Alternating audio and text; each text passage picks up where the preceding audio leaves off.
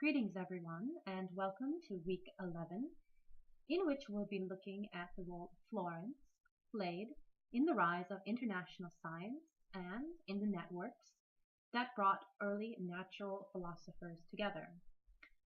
First, I'll take a look at the state of science just after Galileo, and the inventors and the inventions that made Florence a hotspot for scientific investigation. Then, we'll look at some of the patrons of early modern science and ask why the increased interest of rulers in science. Finally, I'll talk a little bit about the Accademia del Cimento and the profound influence it had on the shaping of early science and its importance as a model for other scientific societies elsewhere that came after the Accademia itself had ceased to exist. We'll also cover a few basic scientific concepts that were invented during this period and look at the impact that new scientific discoveries had outside the realm of science.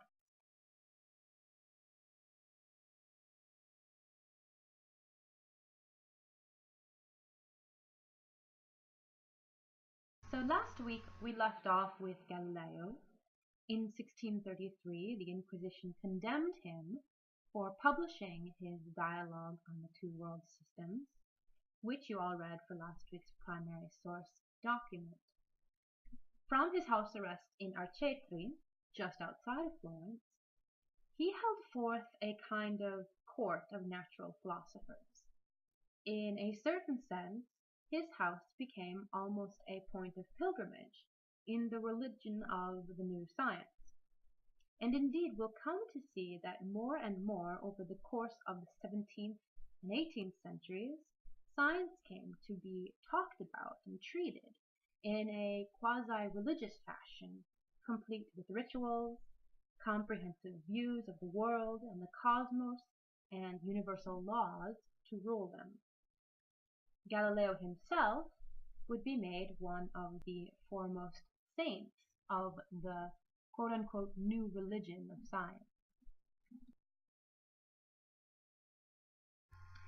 Centuries later, after his burial and the reinterment of his body in 1737 in Santa Croce, so centuries later when his body was exhumed for examination, the excavators took several of his phalanges, the finger bones from the hands, and they preserved them in reliquary cases.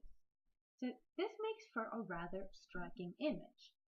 For Catholicism, as you know, had a long history of making saints out of its most extraordinary leading figures, quasi-mystical figures, people who supposedly were martyrs for their religion or who could work miracles. And physical relics, so physical remains of their bodies, their tongue, feet, sometimes the entire body itself, which remains miraculously preserved. These were treated as holy objects that could, in certain cases, heal the penitent observer, the pilgrim who had gone on pilgrimage to visit these shrines and churches across Western Christendom in which they were preserved. So now I don't mean to suggest that Galileo or any of his followers thought they were dreaming of a replacement for Christianity. That's quite the opposite. But what's striking is that just as with Catholicism, in which you have an organized dogma, a hierarchy of professionals in the church, and you have a manual, which is the Bible, and you have organized views of the cosmos and the physical world, how all these things function. The new science will, in certain respects, kind of mimic that organization. You will have your saints of science, like Galileo and later Newton. You will have also manuals and organizations which stand in for a semi-official hierarchy of the new science. So it is rather striking. They had, besides also Galileo and Newton, there was also, of course, Descartes and Leibniz. Newton's his Principia Mathematica became sort of a new Bible, if you will, for scientists, or Descartes' Discourse on Method, in which you find the famous line "Cogito ergo sum," or in the original French, "Je pense donc je suis," I think, therefore I am. And both Descartes and Newton would come to represent two sort of schools of thought in the way that the universe functions. Newton with his universal law of gravity and his own view of physics, and Descartes, on the other hand, who proposed a series of kind of vortices and ether, which was much more in line with sort of older Aristotelian thinking about the nature of the universe. But in addition to the kind of new saints of science, if you will, and the texts which would help distribute the dogma of the new science, you also have their, if you will, churches and temples to natural philosophy that were springing up across Europe, such as the Royal Society in London, the Académie des Sciences in Paris, and of course the Accademia del Cimento in Florence. So as we'll see, Galileo and his retinue of pupils laid the groundwork for a continent-wide movement in natural philosophy. It was their scientific society, the Accademia del Cimento, and the publication of its inventions and deliberations over the course of its short 10-year existence that stood as an example for other new scientific associations to model themselves after.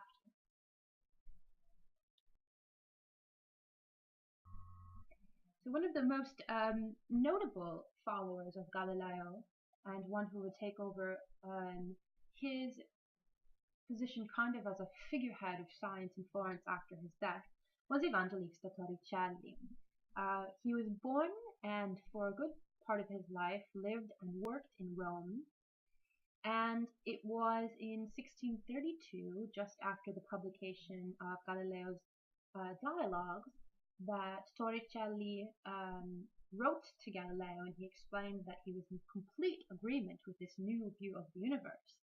And in response to this letter, Galileo invites Torricelli to come and visit, but he doesn't make it there until a very short period of time before Galileo's death. But in the 3 months or so that he spends with Galileo, he makes a lot of powerful friends. He's a well-regarded scientist, and the Grand Duke Ferdinando II sees his potential, and he offers him a professorship and actually the chair of mathematics at the University of Pisa. And he goes one step beyond that and actually makes him the court mathematician. And it was these direct interventions by the Grand Duke that convinced Torricelli to stay in Tuscany. And while he was there, he makes notable advances in geometry and optics. And he was also an accomplished designer of telescopes and microscopes. But what he is most known for is his invention of the barometer and theories about the nature of air.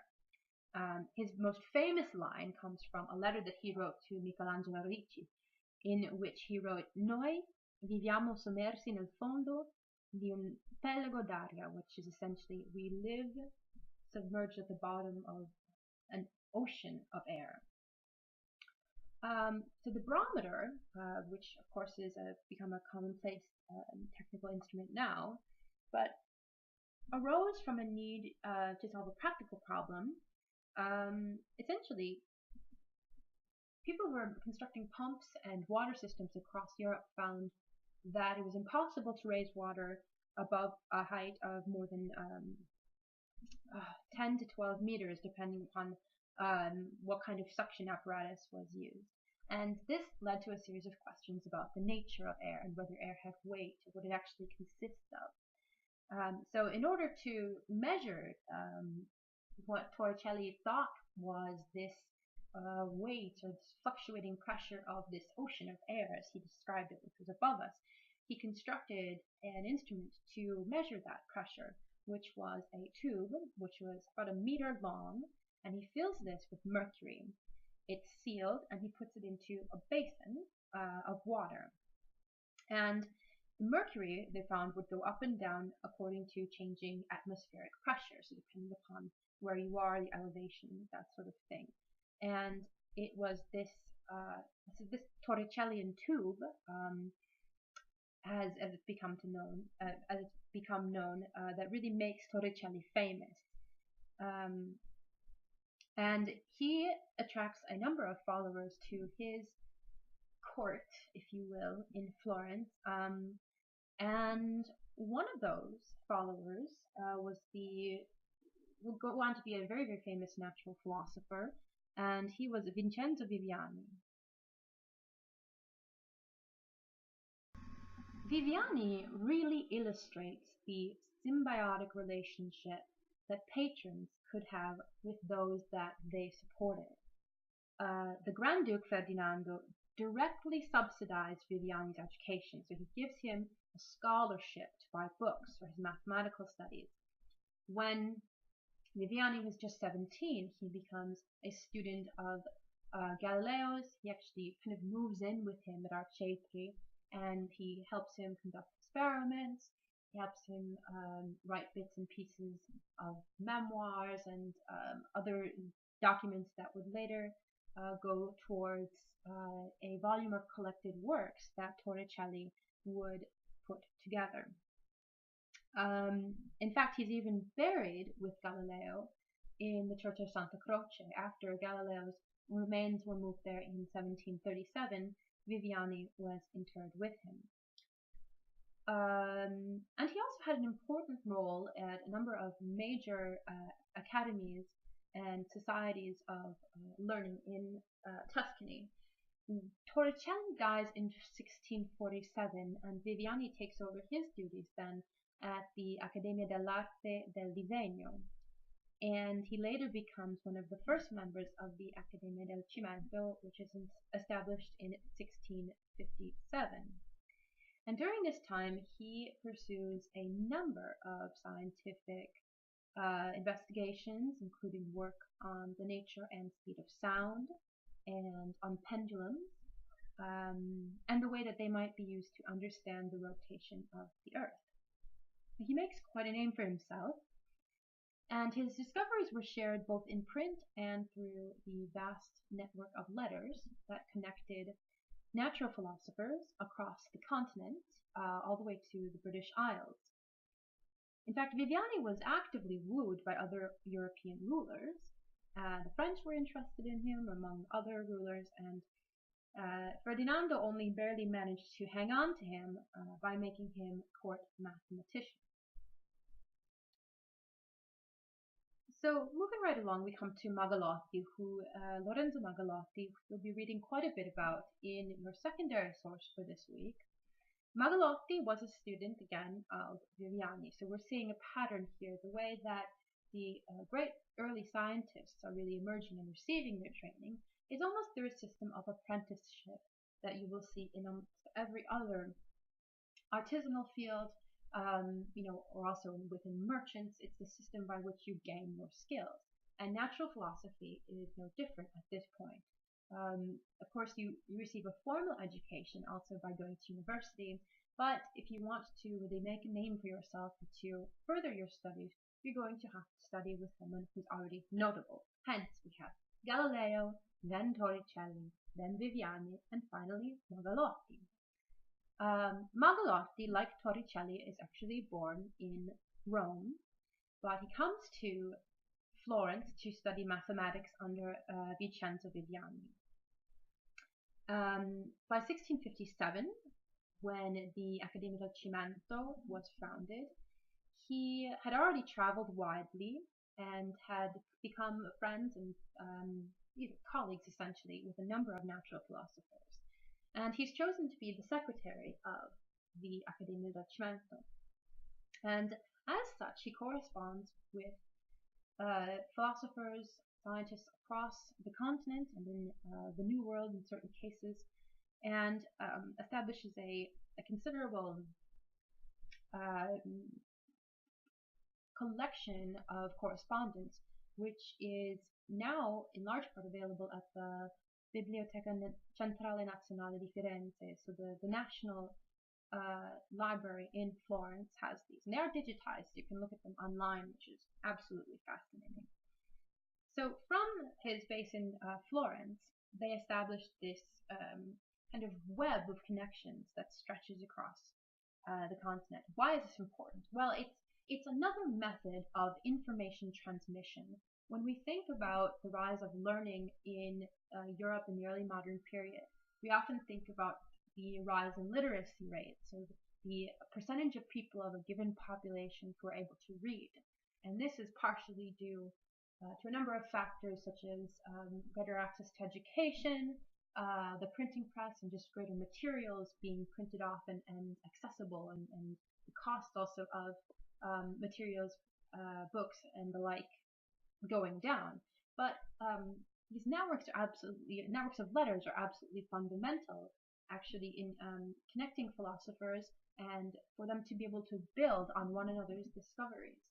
And as we'll see also, for them to find kind of existing precedents when setting up their own scientific societies, so models upon which they can expand in their own given society.